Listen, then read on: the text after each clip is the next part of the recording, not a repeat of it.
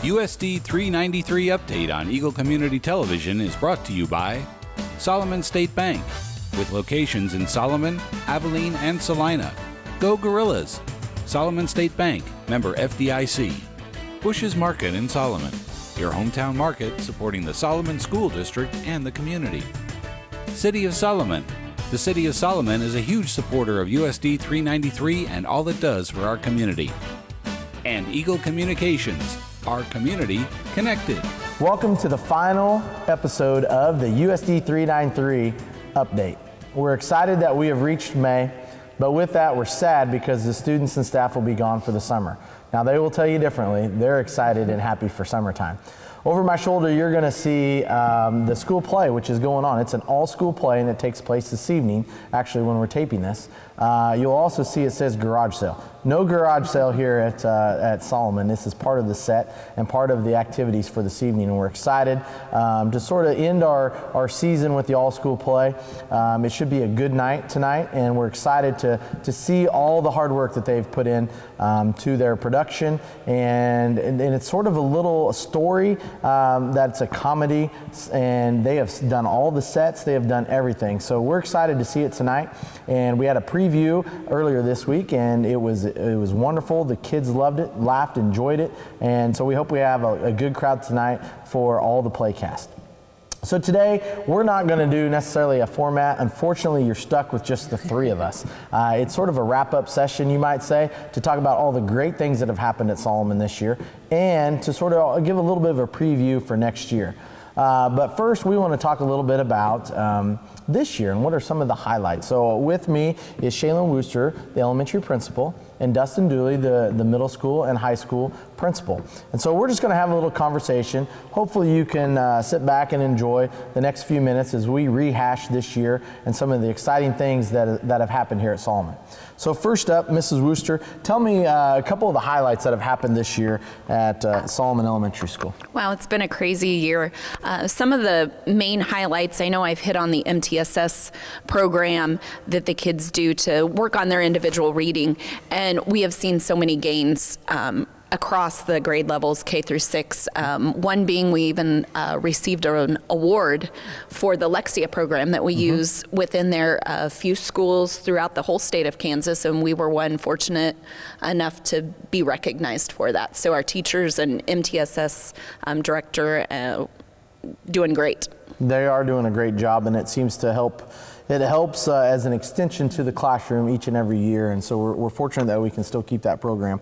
And that's paid for with, and I know some of the people, just a little bit of finance on the back side of it is where do we pay for those? Those actually come from title funds. Those are federal funds that our state receives, and then it filters down to us at the local level. So that federal money gets less and less every year, but we're excited that we can still provide at least the reading part of MTSS.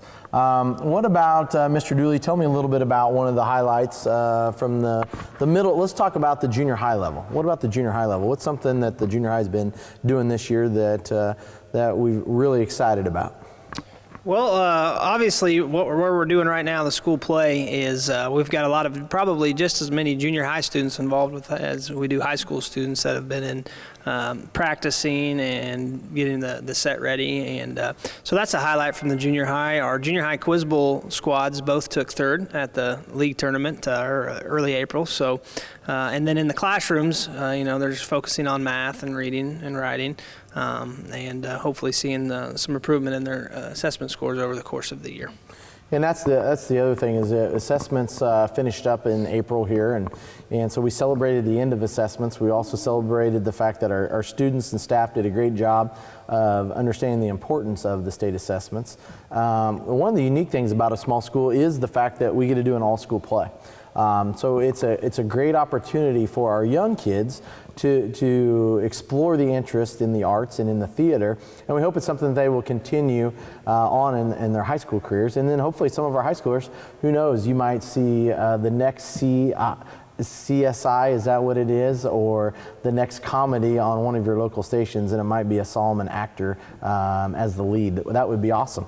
So let's talk a little bit about some things that, maybe some activities that have taken place. And since you have the microphone, let's talk a little bit about the high school activities and what are some of the things. It's a crazy time of year. Tell us some of the activities in case the public doesn't understand that when it gets to May, it's crazy around here. Tell us a little bit of the activities that our high school is involved with right now. Well, currently, we're getting ready for Academic Awards Night, High School Academic Awards Night. That'll be next Tuesday, May the 10th at 7 o'clock. That evening, we will recognize our individual classrooms, courses, and teachers for their grades in their classes, top grades. And then we'll also do our school awards, such as our Marvin Brown Jr. Athletic Award, Acacia Citizenship Awards, Dale Dennis Awards, and a few other awards. But we'll also recognize scholarship winners. So we've got probably about 10 different agencies coming to present their local scholarships to our students. And then we'll also recognize where our senior classes go. And we have 24 seniors that will walk across the stage for graduation on May the 14th. And of those 24, 19 of them will continue going to college or to technical school. With the majority of them attending, we have 8 students attending Fort Hays State University and 3 attending McPherson College. Multiple students are playing sports as well as continuing their academic career. Probably one of my proudest accomplishments for that class is that 19 of the 24 will graduate with a 3.0 or higher GPA, which is a great testament to their academic abilities. So immediately after that, we will have our junior high academic awards and 8th grade promotion on Tuesday the 17th. So it is definitely a busy time of the year. Don't forget, we have a few end-of-the-year field trips, track meets, regional track, state track, and those extend beyond just the end of the school year. So our track athletes will be competing at state the weekend of Memorial Weekend, and so they'll still be hard at it after the teachers and some of the students are long gone. So we wish them nothing but the best down the road. So tell us some of the activities at the elementary, and there's all sorts of activities at elementary. I'm hoping I can remember them all. We just finished up the science fair, which was excellent with our science program, the K-8 science with Mrs. Martin. The younger classes did classroom projects, and then once we hit 4th grade, they did some individual projects. So that was really neat to go through and see all the students. They did the work all on their own at home. So that was really neat. Nice wrap up to the science program. Now we're on to our field trips. We were fortunate enough, Mrs. Cope was able to get some funding to send them on some fitness field trips. Lakewood Discovery Center got some canoeing and archery in. Today, the 3rd grade is going to Fitness Day in Salina, so that's exciting. And now we're into the class field trips. 2nd grade is in Lindsborg at Millfest. We've got kindergarten going to Rolling Hills. No, excuse me, they're going to Milford. 1st grade's going to Rolling Hills. Then we've got the salt mine for the 3rd grade. Cosmosphere for the 5th grade, and the 4th grade went to Topeka and got to tour the Capitol and see. They actually got to the Capitol the night after they wrapped up the 3 a.m. Session, and so they got there. There was nobody around because the legislators were all out. They just wrapped up at 3 a.m. And so they got a chance to go and visit it as well. And I know a lot of the public might think, we can all think back to field trips that were important to us, and we might think of this as, some people might think of it as a wasted time out of the classroom.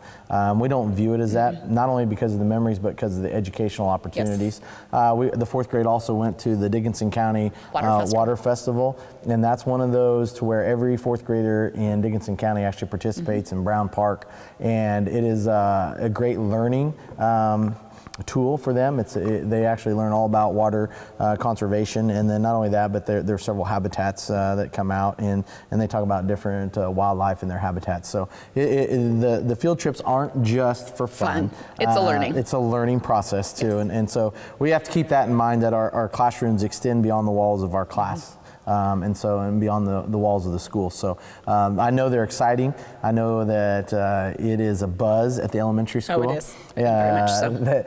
Everybody is ready for the end of the school year, and not necessarily it's just because there's so much excitement. Excitement for field trips, excitement for summer. Yeah. When we come back, we're going to talk a little bit about what's it look like for next year, because as we into one school year, we're always preparing for the next. And so there are a few things that are going to change, not a lot of changes, but a few things that we'd like to keep you abreast upon and get you ready for as you go into your summertime. So stay right there.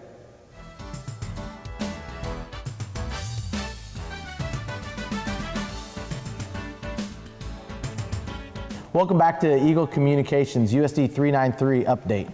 I want to take a minute to actually thank Eagle Communications for the year-long commitment they've made to Solomon Schools and to putting us out there on the airways and putting it out there on the internet and every Eagle communication that you can think of. And so I want to thank them and the partnership that we have with them, because this is a great tool for us to get out and you can learn something about what's going on in our schools, and something that every single person associated with Solomon Schools should be very proud of. So we want to thank Eagle right now for all that they've done, and we hope to continue it next year.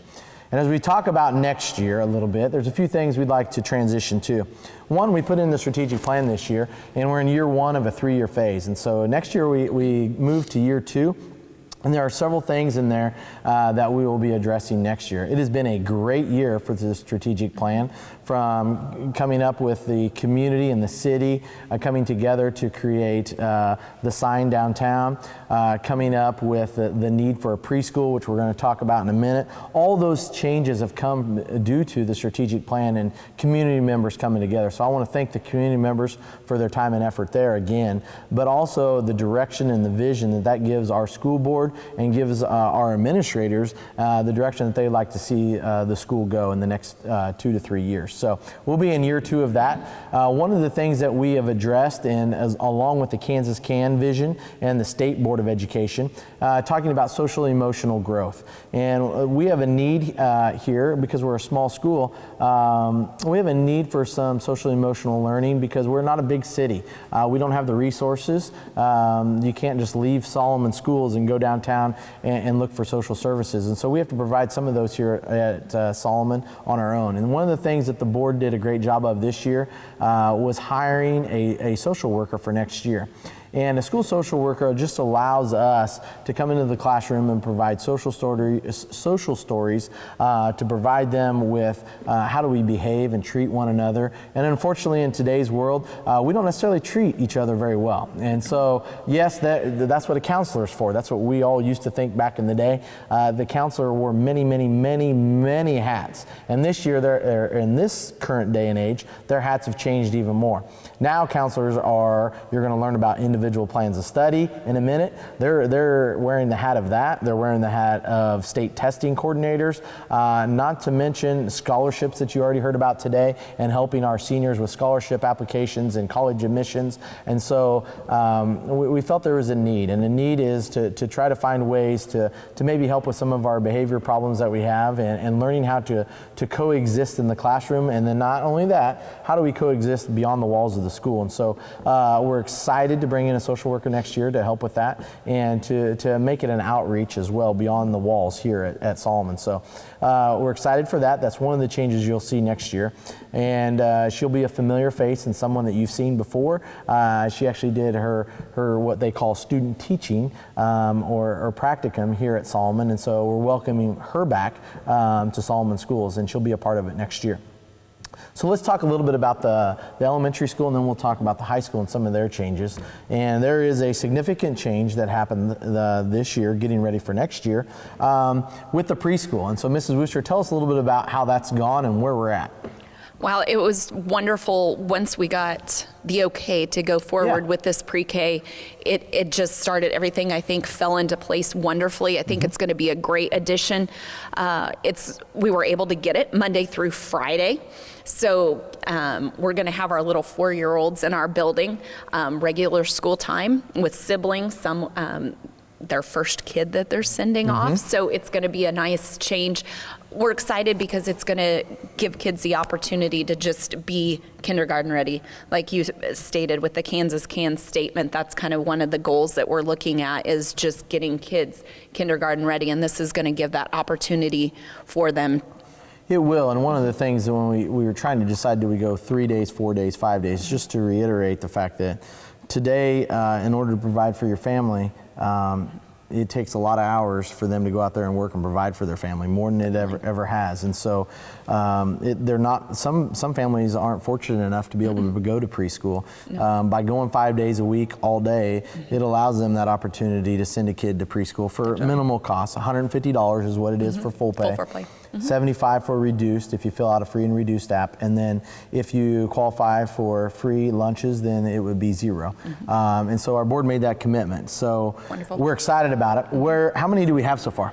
Well, there's 20 spots, and as of today, we have 16 of those 20 spots filled. So Good. I'm very excited. We haven't really advertised. Yeah. The only advertisement other than word of mouth, so great, thank you for that, people, is on the kindergarten roundup information. I put a little blurb, come and meet the teacher. We did have the preschool teacher come up that day at kindergarten roundup, meet her, get some information. I had people filling out applications that day. So I'm very excited to have 16 of those 20 spots filled. Well, and not to put a plug in, but I think Eagle Communications has also been a big part in that when we had the opportunity to come to you via their airways, and so to make that happen. And so I think just word of mouth, getting it out there, and so they got a chance to meet the teacher at the last month update, and so that's a great one. Do we take out a district applications for this? We do take out a district applications.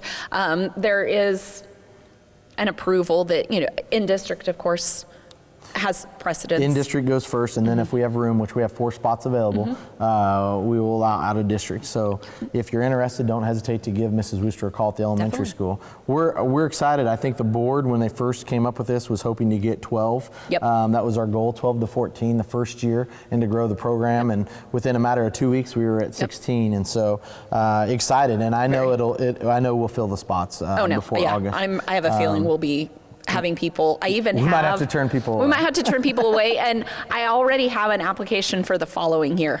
Well, that's great. So, that's great. we're already excited. Head start. So as we transition to high school, one of the things you just heard us talk about was the counselor's position has changed a little bit, which is the reason for the change in hiring a social worker to come in and help. And the social worker is also a counselor type person, but they're going to do something else. But tell us what else is happening from a counselor front with our individual plans of study. Well, like Mr. Cook said, the biggest transition that we'll be going into next year is the personal plans of study. It's part of Kansas Can's vision, and it's going to have to be, to make the process work, it's going to have to be a full commitment from not just our counselor, but from our teaching staff as well as administration. And what we've done as a school district is we've purchased a program called Career Cruising, and all of our students will have access to that as well as parents. And with that program, we'll be able to track their career interests, track their college interests, and we'll be able to put assessment scores on there so we can look at data from that. Kids can take career inventories. They partner with SurveyMonkey to do those types of things. And then transcripts can be sent to other colleges or even other high schools if needed, all electronically. And so it's going to be a very good tool for our kids to have, as well as parents, to see the different, year by year, the different careers, the different college majors that they're interested in. So we can we're going to be able to get a lot of data from that and help kids out. So if I'm a sophomore and I am thinking that I'm going to go into welding or I'm going to go into veterinary or whatever my interest might be, does that pair me with a college? It sure does. It does. It not only will it pair you with a college, it'll give you all the information that you need to know about that college, admission entrances, different programs that could be of interest, as well as any other academic requirements that you might have, and cost, which is always a concern for That's a good thing. So not just within the state of Kansas, nationwide, right? Nationwide. And you can do a comparative. If you've not decided on a college, you're interested in being a radiologist. You've not decided on a college, you can get comparable schools with those programs and look at the comparisons as far as price and mission requirements and those kinds of things. So a lot of good data for not just kids, but for parents to make some of those future decisions. Okay, so we talked about how 19 of our 24 are going to go on to college. What if I'm one of those 5 that are not going college bound? How is the individual plan study going to help me there? Well, we've gradually used the individual plan. It's not a new component. We've used it for a little bit, but we haven't had a program, so to speak. So, to be honest, our goal is to get, if we graduate 24, all 24 going into college or some type of post-secondary education. And hopefully this program will help with that. But if you're going into the workforce, this program will just allow you to see some different options that you have. Mm-hmm. Well, it'll also help track your interest as far as your are you actually interest. going into, if you decide not to go the college or tech route, it'll allow you to match your interest with the job that you're pursuing. I think the biggest thing for us is throughout different Kansas State Department of Education conferences, I think by the year 2020, 70 to 75% of all jobs in our state will require some type of post-secondary education, either college or a technical school. So we're really gearing kids towards that. If they do choose the workforce, yes, the program will help determine their career interests, but it's going to get to the point where every career interest is going to require some type of post-secondary education. And that's the great news is that we partner with Salina Area Technical College, and so when you graduate from Solomon, you might tell them a little bit more, so it's not me, you might tell them a little bit more how this career cruising will help partner them with Salina Area Tech. Definitely. Well, at Salina Area Technical College, we work in conjunction with them. We had 4 students that attended their program this year.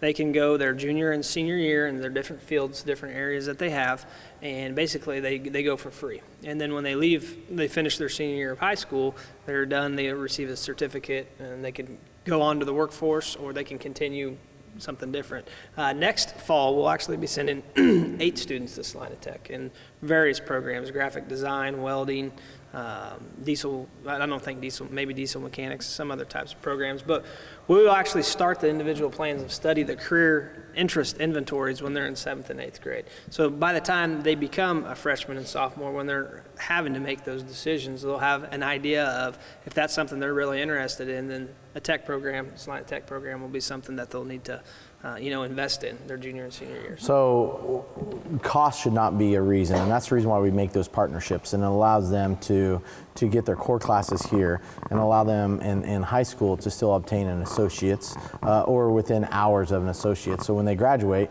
they could be able to take 1 or 2 classes and graduate through Salina Tech. So what I've heard so far, though, is it's all welding and all more of your hands-on type learning. Is there anything, is nursing an option? Yeah, we have a student this year that she got her CNA, Certified Nurses Allied Certificate. Her program was a little bit different. So those you can go half days to Salina Tech for, but you can also do those classes in the evening. And we had a student last year that did them over the course of, I think, 2 months in the evening time. So we have some that have chosen that route. Like we said, we have some in graphic design, so some computer-based type activities. So there's a wide variance of different programs that they can be involved with Salina Tech. One of the things that amazes me is since several of us who are viewing this, and then those of us on the stage, we're in high school, you can graduate high school and have the opportunity to go out and make a good living and still maybe even pursue it. So if I wanted to get my CNA degree,